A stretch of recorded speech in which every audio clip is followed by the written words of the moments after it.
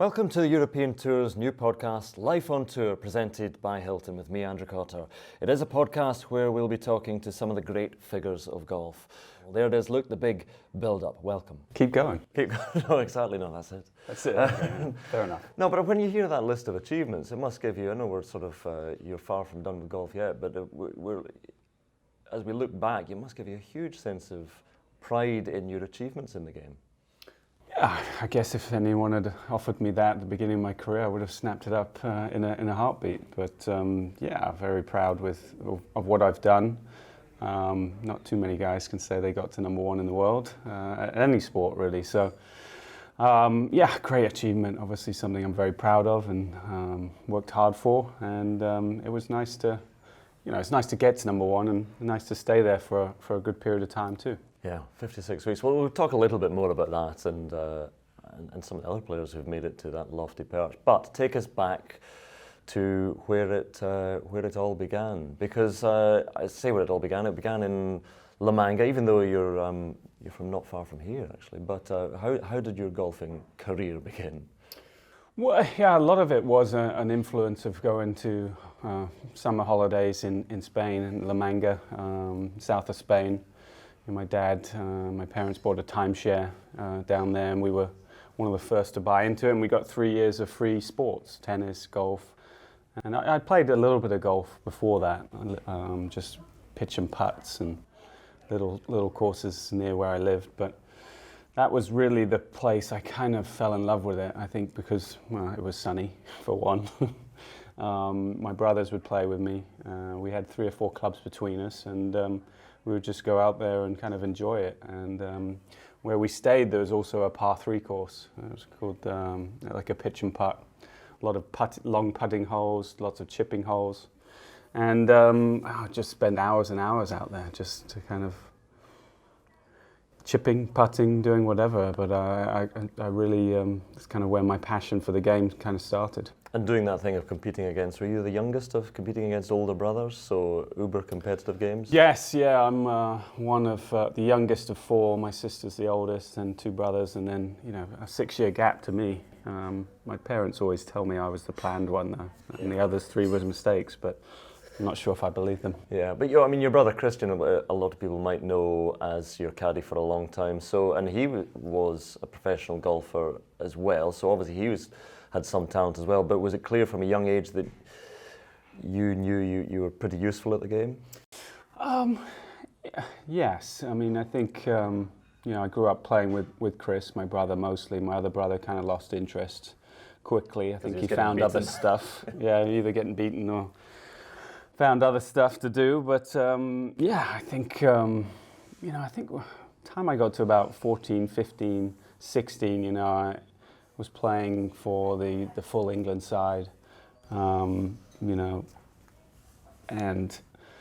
it was, yeah, I think at 16 was kind of when I thought, maybe I might be able to do this professionally. We'll have to see, but it wasn't until probably about then that I figured I might be good enough. Yeah, well, I mean, I remember first recognising your name when I was talking to Pga McIlroy, who was the Walker Cup captain, and 1999 you played in the team, a very, very good team in Nairn, and he said, look out for this guy, Paul Casey. No, he said, look out for this guy, Luke Donald. He's turned out to be okay. But he said, well, exactly, but he said that Luke Donald is the best English player out there, and I said, what, in the amateur ranks? He said, no, overall. And this is when Westwood, still was coming on the scene and playing great golf, so that was high praise. I always liked Peter. Yeah, no, exactly. He was actually a really, really inspirational captain and a kind of coach during that Walker Cup and the next one in 2001. We both had landslide victories, I think winning by 6 points over the US. I think it was the biggest win we've ever had in 2001 against playing away from home. So, I think Peter was always very complimentary of me, very pushed me forward, always made me believe I was very good, and I think that was kind of helpful in my career.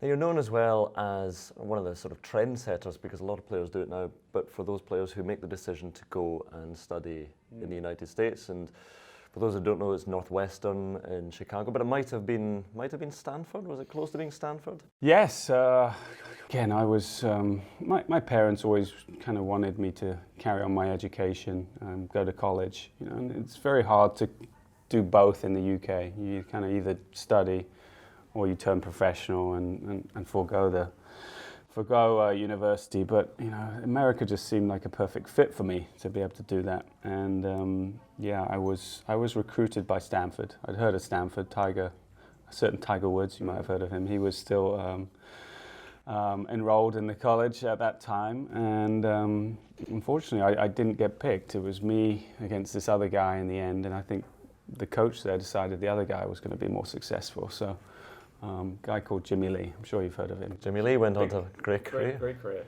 Well, there you go, well done, coach. But I think the coach there, a guy called Wally Goodwin, felt very bad that, you know, I didn't get into to Stanford, and he was a former coach at Northwestern, so yeah, shipped me off there. He said, I think you'll like it there. But that's a totally different path. You saw either Southern California and, you know, Tiger Woods, etc. And I mean, a great golfing college, but a great institution itself is Stanford's. But then you look at Northwestern, Chicago. That is cold winters, you know, great city, but it's an entirely different route, a different way of life. Yeah, it's actually on par academically with Stanford, but not many people have heard of Northwestern. I hadn't heard of Northwestern, to be honest. And when I went there for the first time on an official like pre-trip to see if I liked it, my first time to the US, it was April, and there was still a smattering of snow on the ground, and I'm just wondering to myself, how am I going to play golf here? But you know, I met my coach then, Pat Goss, who's been very influential in my whole career, and he just made me feel very at home, just made me feel like this was a good place for me.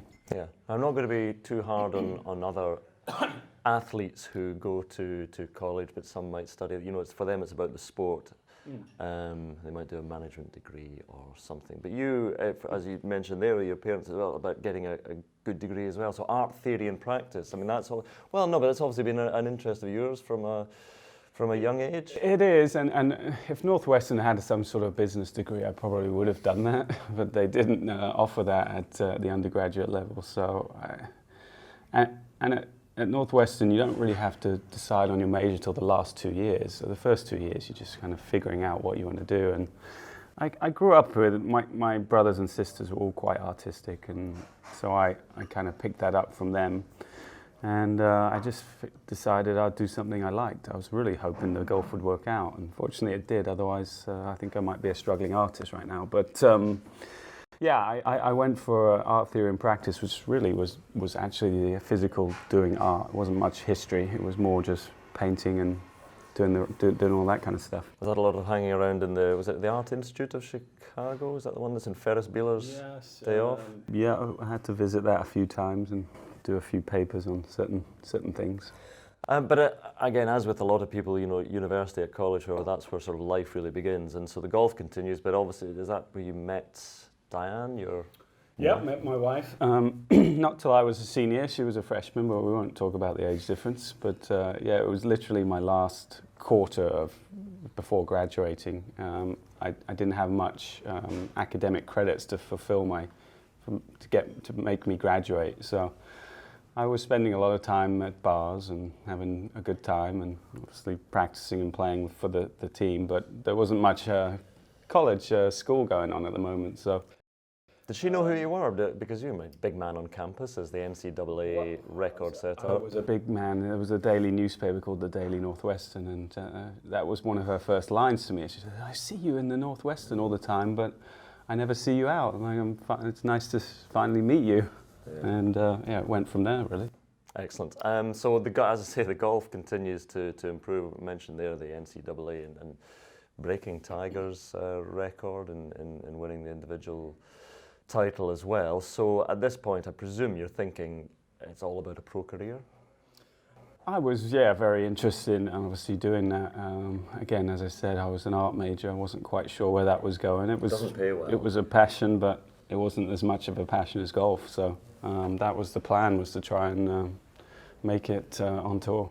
Okay. So take us forward to how you got onto the PGA Tour. And I suppose because you're in We're talking to you as a European. We're talking to you here in the Hilton St Anne's Court, not far from Wentworth, from London.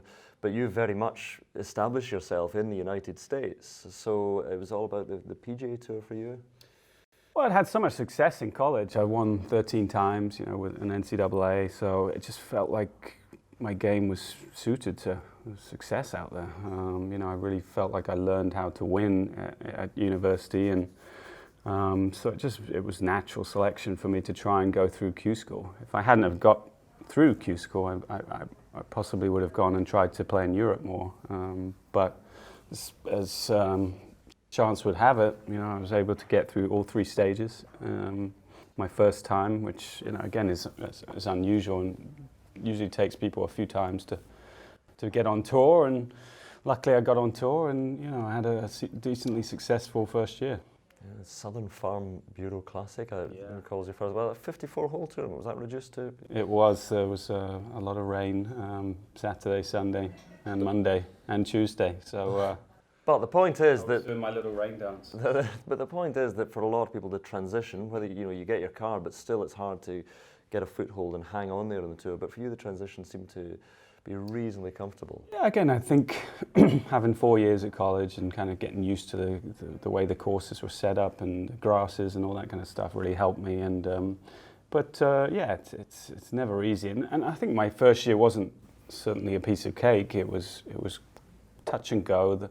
I was very consistent. I would have a lot of top 30s, but I wouldn't have too many top 5s, or which is in this day and age, it's almost better to win, miss 4 cuts, top 5, miss 4 cuts. Be more inconsistent because the money is so heavily weighted at the top. But for me, I was very consistent. My first year, make a lot of cuts and finish top 30, but I wasn't gaining a lot on the field. So even before I won the Southern Farm Bureau, which was the last tournament of the year, I was still only just inside the top 125. I think I was 110 or something. I was safe, but it wasn't the easiest of years. So establishing yourself on the PGA Tour, but success came in the European Tour. Sweden, your first European Tour win? Yeah, 2004 was when I first started coming over to Europe, really. After getting a good couple of years in the US Tour, I was into the top 50 in the world, so it made it possible to join the European Tour. And obviously went to Sweden in the summer in Malmö. Had my whole family with me, which was fun, and managed to win that one. That was my first European Tour win, and I think that was the kind of catalyst for kind of Bernard Langer taking a big interest in picking me for the Ryder Cup that year. Obviously, he picked me a couple of months later, but the week after he picked me, I won again in Cran to kind of just obviously make him look like he was making the right choice. So I felt like that was only right. We'll fast forward a little bit to the 2005 Masters, which most people, if they're asked to say what was the moment from that, then it's Tiger Woods chipping in at the 16th. Actually, while that was happening, here's a little bit of insight. The BBC's showing of Tiger Woods chipping in was on tape delay, because while he actually did that, you were being interviewed, having just finished that it was more important. Obviously, the first time that you put me before Tiger, but and the last. But that was some tournament, because that was your debut in the Masters and finished third. It was my first time at Masters, 2005, and I was just so excited to be there. I think you often see that the guys that's their first time at the Masters, they're so thrilled, and such a build up to watch it on TV, and it's just an amazing place. And yes, again, obviously I wasn't very close to winning that year. Tiger and DeMarco were pretty far ahead, but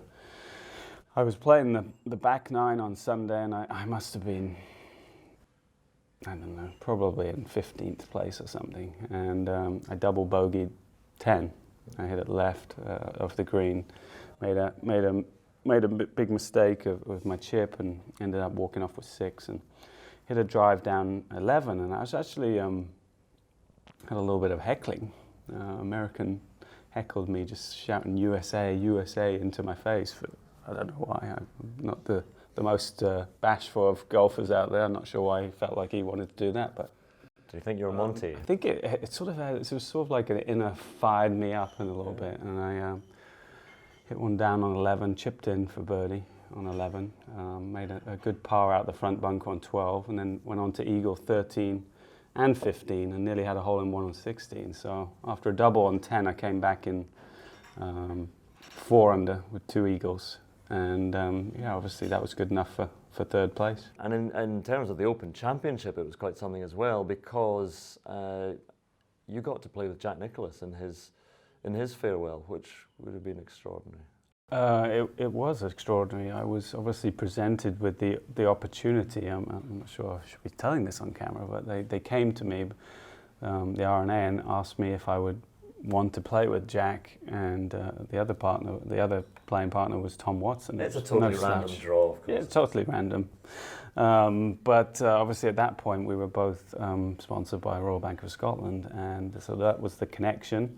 I was this up-and-coming British player, and they thought it was a good fit. And of course, you know, obviously it's something I had to think about for just a little bit, because obviously I'm there to try and compete and win, and this is going to be, you know, a big deal, a little bit more distracting than the typical group. So obviously after about 3 seconds I thought, yes, let's do it. This will be a great opportunity. But yeah, just amazing reception Jack got. Obviously a fan favourite in Scotland, and in St Andrews, having won the Open Championship there, just coming up the last.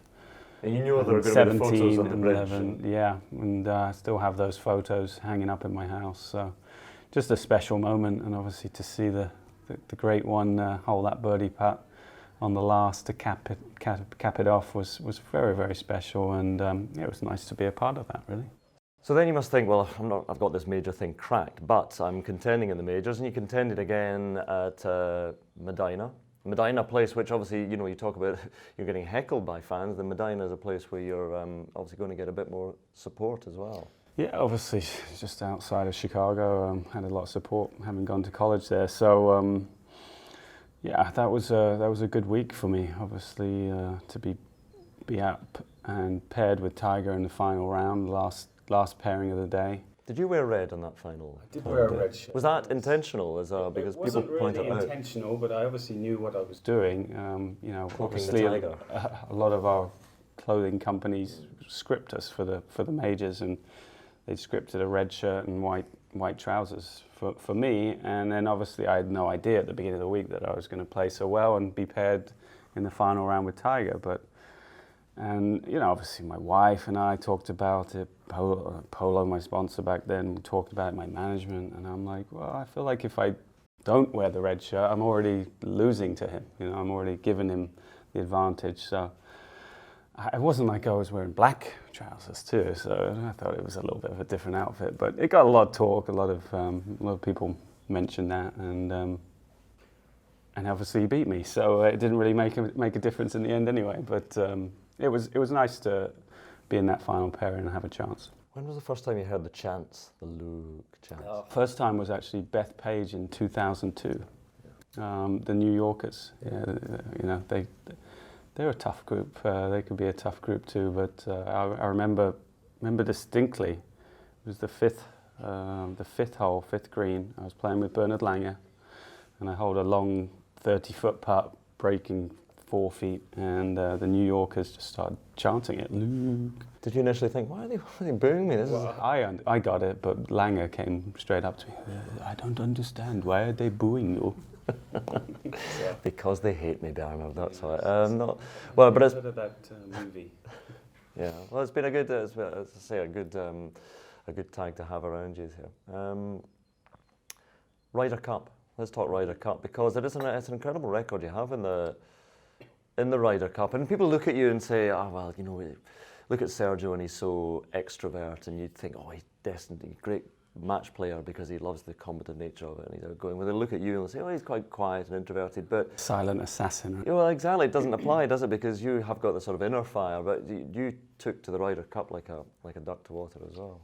I've always enjoyed match play, just, you know, even through amateur, through university, I played at Walker Cups, Eisenhower's, you know, lots of matches, England versus Spain. I played against Sergio when I was 15 and he was 13, you know, and I've just enjoyed that kind of one-on-one and the team atmosphere. It kind of just gives you a different yeah, it just fires you up in a different way to individual stroke play. So it's just a different kind of, yeah, it's so, you're not just playing the course, you're playing the guy, there's a different strategy to it all. So I do enjoy it, and yeah, I think because I do enjoy it, I've been quite successful. Take us into the Ryder Cup itself and some shots. We were talking to your caddy at the time, John McLaren, and he drew attention to, I think, the 17th at Celtic Manor in 2010, but also the 17th at Medina, and for the intensity in the crowd. But also, I think he described the best shot he's ever seen was on the 17th at Medina. Do you remember that shot? I do remember it. Yeah, obviously a downhill par 3 with a big amphitheatre of people around it. You know, when you have those elevated tee shots, you never know quite where the ball's going to land in the air. But we were playing against, it was Sergio and I in the 4 balls on Saturday. And I think there was only myself and Sergio, and then Rory and Ian Poulter left on the course. We were already down 10-4. We were getting beaten quite soundly, put it that way. And Sergio and I were 2 up with 3 to play. Tiger birdied 16 to get it back to 1 up with 2 to play. And you know, you start having those thoughts of whether they're going to come back and nick one from you. And obviously, the way things were going, you know, we had some of those thoughts in the back of our minds. And then Tiger stepped up and hit it to 4 feet on 17, and so the pressure was really on. And Sergio had a decent shot to maybe 20 feet, but I stepped up and hit the best 7-iron, I think, of my life, into about 2.5 feet. And we halved the hole in 2s, so Tiger made his, I made mine, and fortunately we halved the last to win our match, and see why Poulter was doing his heroics behind us to win another point. Suddenly we were only 10-6, which, I don't know, it just gave us that momentum going into Sunday that we still had an opportunity to maybe pull this off. You know, again, we don't see, perhaps from you, sometimes we see the moments of celebration, but you're not cavorting around the green, pumping the air. But strikers in football always talk about the moment of scoring a goal and how it's not like anything else. Is there anything like that in golf? Well, I think that final part to win a tournament or lifting the Ryder Cup in the air, you know, I've obviously experienced that. And obviously at Wentworth in 2011, when I hold the putt in the playoff against Lee to get to number 1, those are kind of the moments that stand with me. Well, 2011, as you mentioned there, and an extraordinary year. I mean, a sad year personally as well, and but a happy one as well with the birth of your second child. But the death of your father, reaching world number 1, that was a year like no other, I presume, for you. Yeah, it's one of those years where everything kind of went right. Obviously, sad to lose my father, but on the golf course, you know, everything it just felt so easy, just felt so comfortable, so relaxed, so nonchalant. Everything just seemed to fall into place. You know, it didn't seem like my golf was any different to any other year. I obviously was doing things around the green and from 100 yards and in that, you know, not many people had done in the game. I just couldn't miss from 10 feet and in. I was getting up and down every time. I missed the greens. You know, my long game was solid, but it wasn't anything spectacular. But my short game was just got me to where I was. I mean, a lot of players have struggled with playing on both sides of the Atlantic. They want to do it all, but it's so difficult, the travelling. But then you managed to top the money lists, the order of merits, on both sides of the Atlantic, which is, I mean, talk about achievements in the game, and that must rank up there with certainly your proudest. It was, you know, obviously officially the first guy to ever do it. I suppose Tiger, if he'd ever been a member of the European Tour, would have done it as well. But to do it officially, the first person was, again, you know, big, right at the top of my resume and what I would put on there. Yeah, it isn't easy to play both tours. It takes up quite a lot of time. You know, you only have to play outside the majors and world events. Back then I had to play 5 events, but on the European Tour. But still, 5 events is taken away really a couple months of playing in the US with some weeks off in between. So it does take some managing and getting used to, and yeah, to kind of spreads you a little bit thin between the tours. So to be able to win, obviously, both money lists was very special. And when you made world number one, had that been a goal? You know, for most people, it's I want to win tournaments, and if whatever happens in the rankings follows. But to reach number one, that must be a goal in itself. I hadn't thought about it too much until I'd won the match play, the Accenture match play, I think, in Tucson, and beating Keimer in the final, who subsequently went to number one himself after that week. You know, I suddenly jumped from about 8 or 9, where I was, you know, a good player, but to number 3 in the world. And suddenly, you know, it was within grasp, and it became a huge reality and a huge possibility at that time. So then it became a goal, and I became kind of fixated on it. Yeah. And did you look at the list of players? I know it's, you know, not a relatively new phenomenon, the world number one, the world rankings, going back to the 80s, but the list of players in Norman and Langer and Faldo and Tiger, obviously. Yeah, these are the greats. These are the guys that I grew up following and idolizing. You know, Faldo and Seve were pretty much my idols growing up. And obviously Norman stayed at number one for 300 weeks or something around there. 330, I think. Yeah. Something like that. Well, 56 is a pretty good shout, though, because if you look at the players who have spent more time at number one, that whittles it down even further. I mean, you spent more time at number 5 or 6 guys that have been longer than that. So, obviously, very proud of that, and proud that I was able to get there, and proud I was able to stay there for quite a while. Because, you know, there's a lot more attention on you, a lot more media scrutiny. There's a lot more people kind of in your business. So it was, you know, for someone that's kind of a little bit more in my own space, I had to, you know, obviously.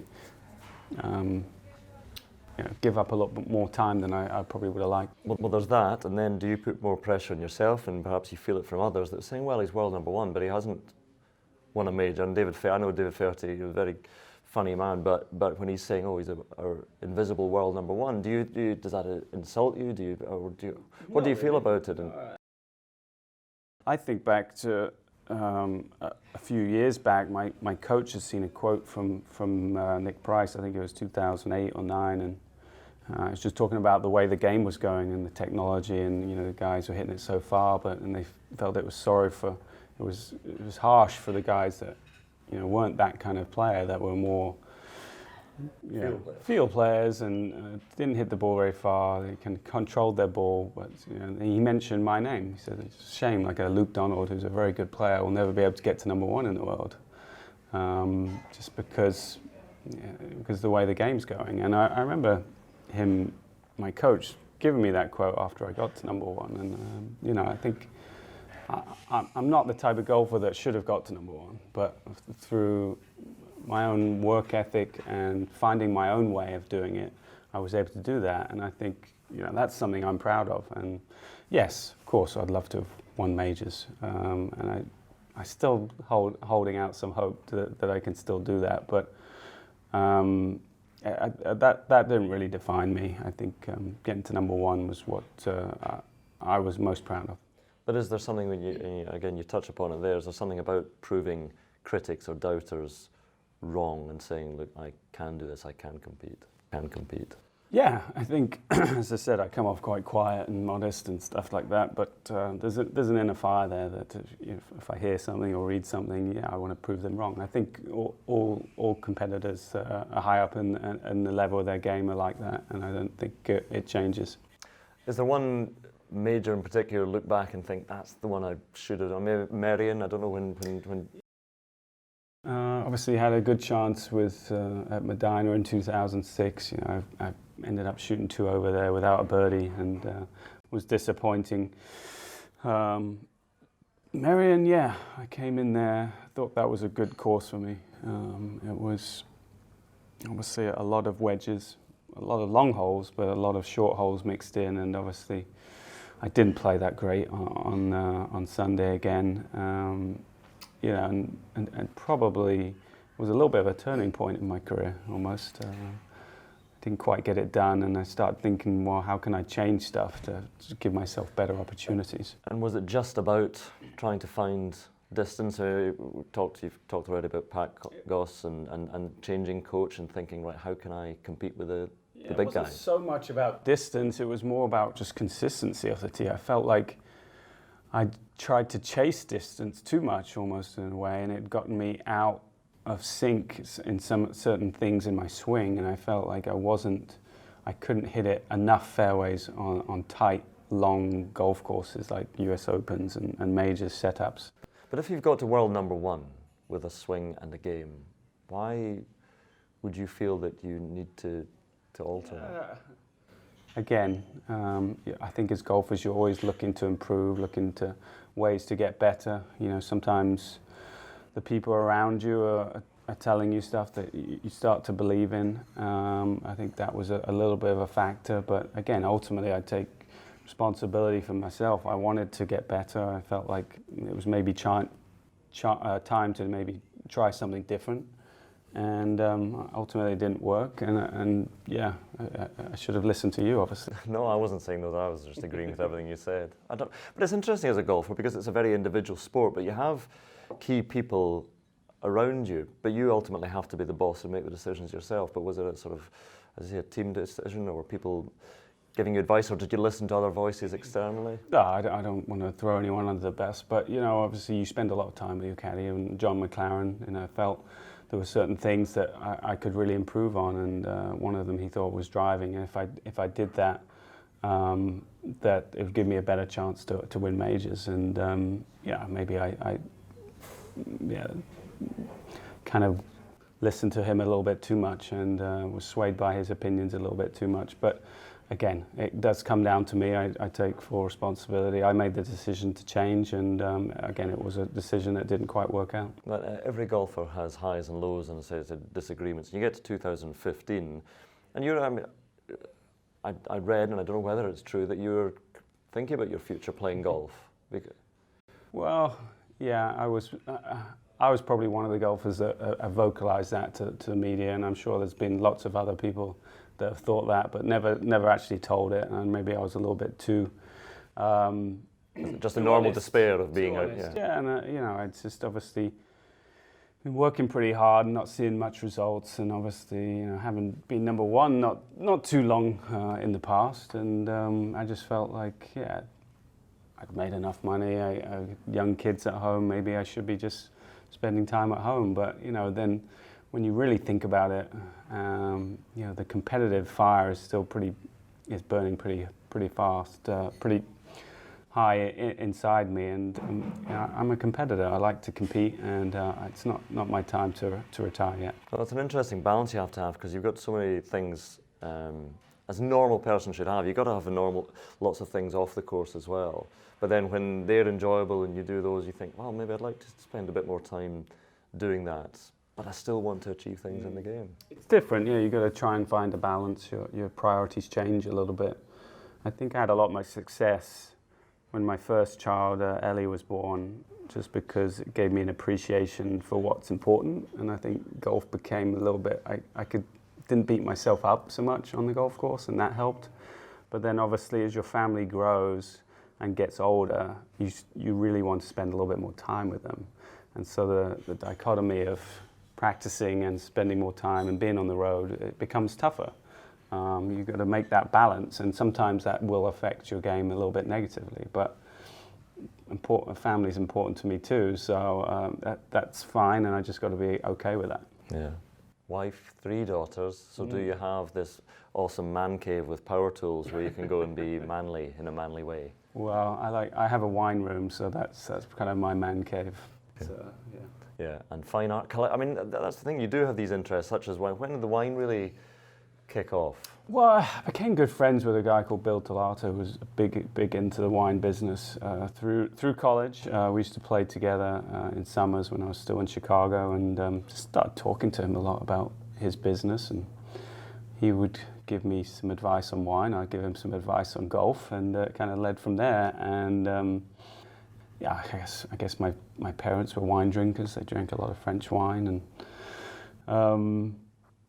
it was an interest. It seemed like a nice hobby to be involved with. So this guy, Bill Tolato, and I decided to do a wine together, I think back in 2006 or 7. And I have a red, two whites, and it's just more of a fun hobby than anything. But yeah, over the years I've collected a little bit of wine just to. Do you have an amazing cellar? To keep me over when I do finally retire. What is, without giving too much away about what is in the incredible Donald cellar, what is the most expensive or the one you're most proud of owning? Most expensive? I don't have anything. It's quite vulgar. Yeah, I don't have anything super expensive. Yeah, I have some second growths, Bordeaux, like Chateau Parma, stuff like that. They're probably $400 to $500 a bottle. That's me. I'm just nodding. I have no idea. Yeah, so they'll be good in a few years. Do you still and you collect contemporary art or? Mostly contemporary. I think the house we have in Florida is somewhat modern contemporary. So yeah, a lot of it is quite contemporary. And still dabble yourself? Do you paint occasionally? I haven't done much. 3 kids running around hanging off me has kind of stopped me from doing that. But my kids paint. They doodle. Yeah, put them up in the fridge. Say, or do you, with your critic's eye, say, "No, come on, your brushstrokes." That's terrible, really. Do it again. Win over the line. Yeah, piano. You're a piano player? Oh, bad piano player. I stopped when I was about 14. So, but I got to about grade 4. Okay. But no, is there a piano? I can play one song now. Oh, really? Yeah. Okay. So apart from that, you are clearly Michael Jordan's best mate, actually, because he is such a golf nut, and he appears at the Ryder Cups obviously a lot. Chicago legend. So you spend a bit of time with him, play a bit of golf with him? I do. We live very close to each other. His wife and my wife are good friends, so we do spend a lot of time together. We play a little bit of golf, occasional vacation together. So he's a good guy. He loves his golf, very passionate. He's been a good friend to me, and now he's actually more into his fishing. So occasionally I'll go fishing with him. I think he's getting a little bit bored with the golf, so he doesn't want to play golf every day. He wants to do something else. So now he does a bit more fishing. What handicap is he roughly? I give him 5 per 9 hole, 5 aside, so it's 10 shots. So he's about a 5. He's not a Charles Barkley then? No, he knows how to play. It's a little bit of an interesting move he has, but he knows how to score. He's a very good short game. You think you've got him in the hole, and suddenly he'll get up and down from nowhere. And just on to the next. That was a tie, Luke. How many cigars does he get through in a round? Jimenez level? Oh, I'd say so. I think I saw he got quoted once as having 6 a day. So 6. Decent level. Yeah. Sports. Are you a bigger? So I know you as this is your homeland Spurs fan, but you're more you love American sports, don't you? Are you a big Cubs? I've lived there for 21 years now. Do you feel in any way American? No, not really. You don't have citizenship in America, do you? I've avoided that so far. Okay. Yeah. Excellent. But you love your American sports. I enjoy it. Chicago's a good sports town, Obviously, the Chicago Bulls, and they're not all been playing well lately, but the Chicago Bulls, the Chicago Cubs, the Blackhawks, the ice hockey team, and obviously the Bears are the NFL, the football, American football team. But it's on TV when I'm at home. But I do watch a lot of the Premier League as well. You get to see more games in the US than you do over here in the UK, so it's a nice little perk. Tell us about the life of a super pro when it's at the top, because you are, as the song goes, bigger than big in Japan. And this must make huge in Japan, like Joey from Friends. It's like a Mizuno connection, I suppose, but also that. Did you once win I was going to say beef, but was it an actual cow? Well, I played the Dunlop Phoenix, obviously, through my role as an ambassador for Mizuno. Yeah, I went over and played a few tournaments in Japan, and won back-to-back years actually, 2012 and 13. And one of the it's in this place called Miyazaki, which is a little island in the south of Japan, and they have this amazing beef. It's a bit like Kobe, but even better. I guess they have beef competitions in Japan or all over the world, and this is #1 every year. So I'm not sure what they're feeding these cows, but very marbled, very rich, but very good. And part of the prize was you get to win a cow's worth of beef. And obviously being an international winner, someone who didn't lived in Japan. I love that amount, a cow's worth of beef. That's just a cow. Yeah, just give you a few fillets and a few rumps and you go on your way. But obviously being an international winner, easy to get it to the Japanese if they win it, but every international winner before me had just taken the monetary value, I think $10,000 or something, and I'm like, I don't want the money, I want to get the beef. So I had some friends in the food industry in the US managed to get it over to me 2 years in a row. These big boxes of. So to be clear, it wasn't a live cow you were presenting. It wasn't a live cow. No, I've heard this. This is like Roger Federer when he won a cow, and I think he keeps it somewhere in Switzerland. No, it was dead, unfortunately. Yes, and pre-packaged into little steaks. And so, what would you like to? Do you start to think? I'm trying to think. How old you are now? 39. Are you near? Are you there? Yes, December I turned big 4. Life has begun. So, when you get to that point, it's got a seminal moment for a lot of people in their lives. They think, right, what's the next phase of my life? So, you've still got a lot to. I'm sure that you feel you want to achieve in the game, but do you look beyond that and think, right, what else am I going to do?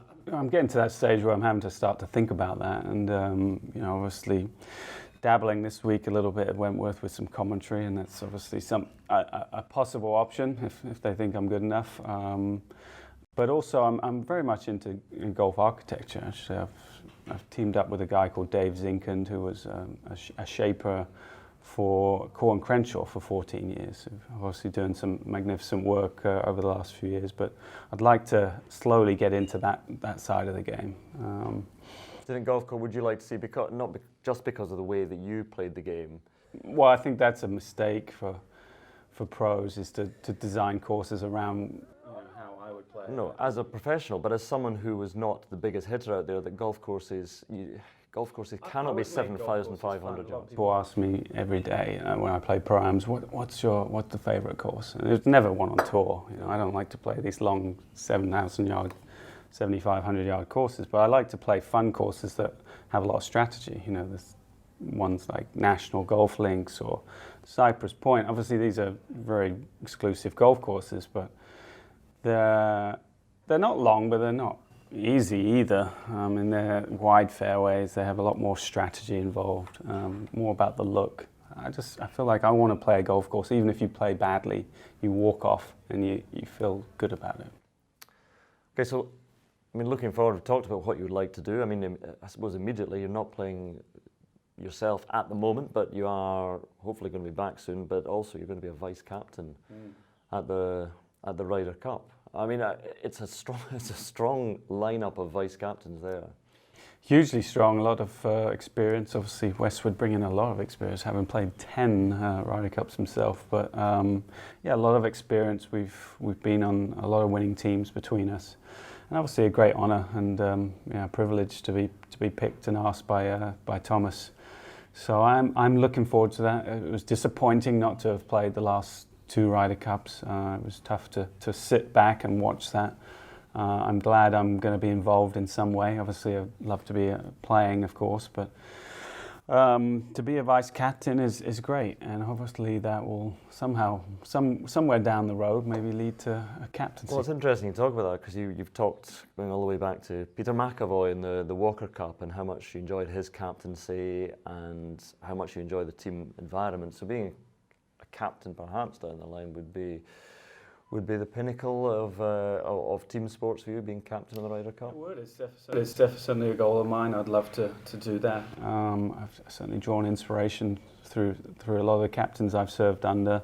I've made notes at Ryder Cups that I've been in, just little points that I've noticed that can make a difference. And so it's something I've been thinking about for years. And of course, the main goal is to play as long as I can. But when the time comes, if I could be a captain, that would be a great honour. Listen, I know you're almost an American because they're big into philanthropy, but a normal human being, because it's about giving back as well. Because you do, and I know you're very keen on the charity that you're involved in.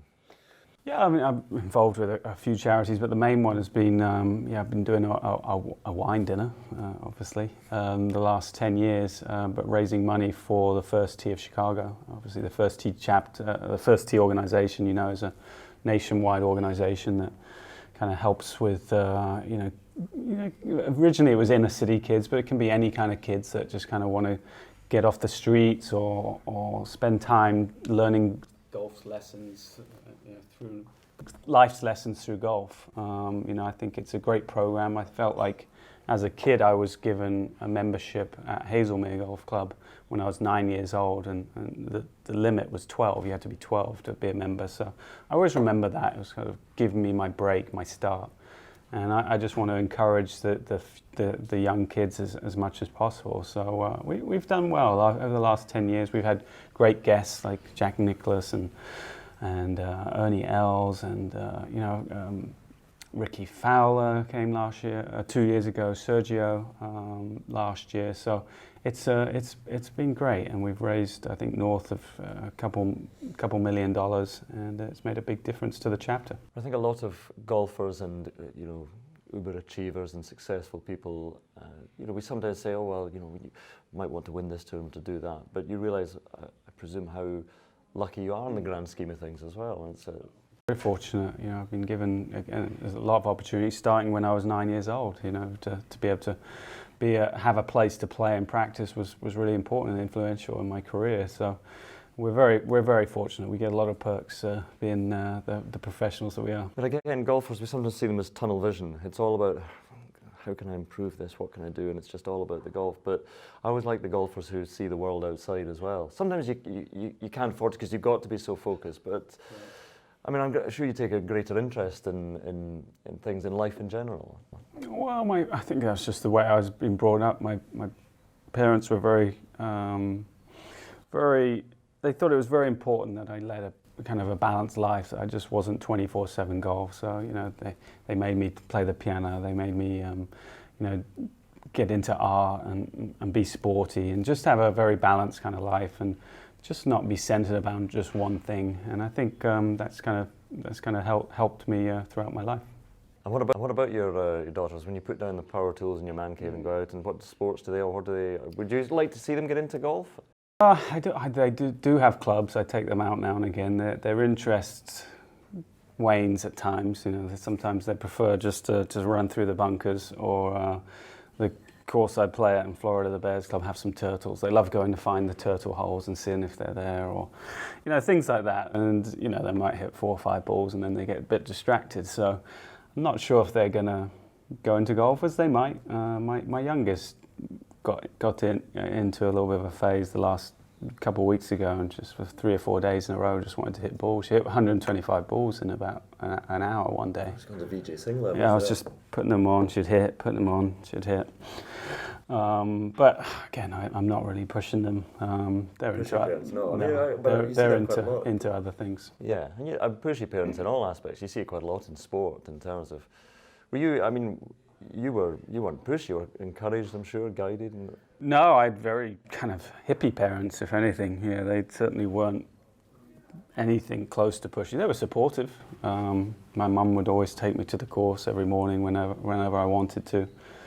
My dad would care about more me as a person than my golf or my scores. Yeah, it was funny. Once in college, when I won the NCAA, I got on the phone and called my parents and talked to them, and then my dad said, could I talk to my coach, Pat? And so he got on the phone, and he just said, so how is the young boy doing in school? Is he doing well? Is he enjoying life? Like, how are the girls treating him? He didn't really care about that. Just won the NCAA. That's the way to do it. Actually, yeah, I never even got on to talk about your Scottishness, but your dad obviously from Scotland. Luke Campbell Donald, there was Scottish name, yeah. He was born in Stranraer. Only lived in Scotland until he was 2, and then moved to England. But it's good enough. Lost the accent, I'm afraid. Lost the accent a long time ago. Listen, it's been fascinating talking to you, and I hope you've got a lot still to achieve in golf. And Luke Donald, thank you very much for joining us on Life on Tour podcast. Thank you.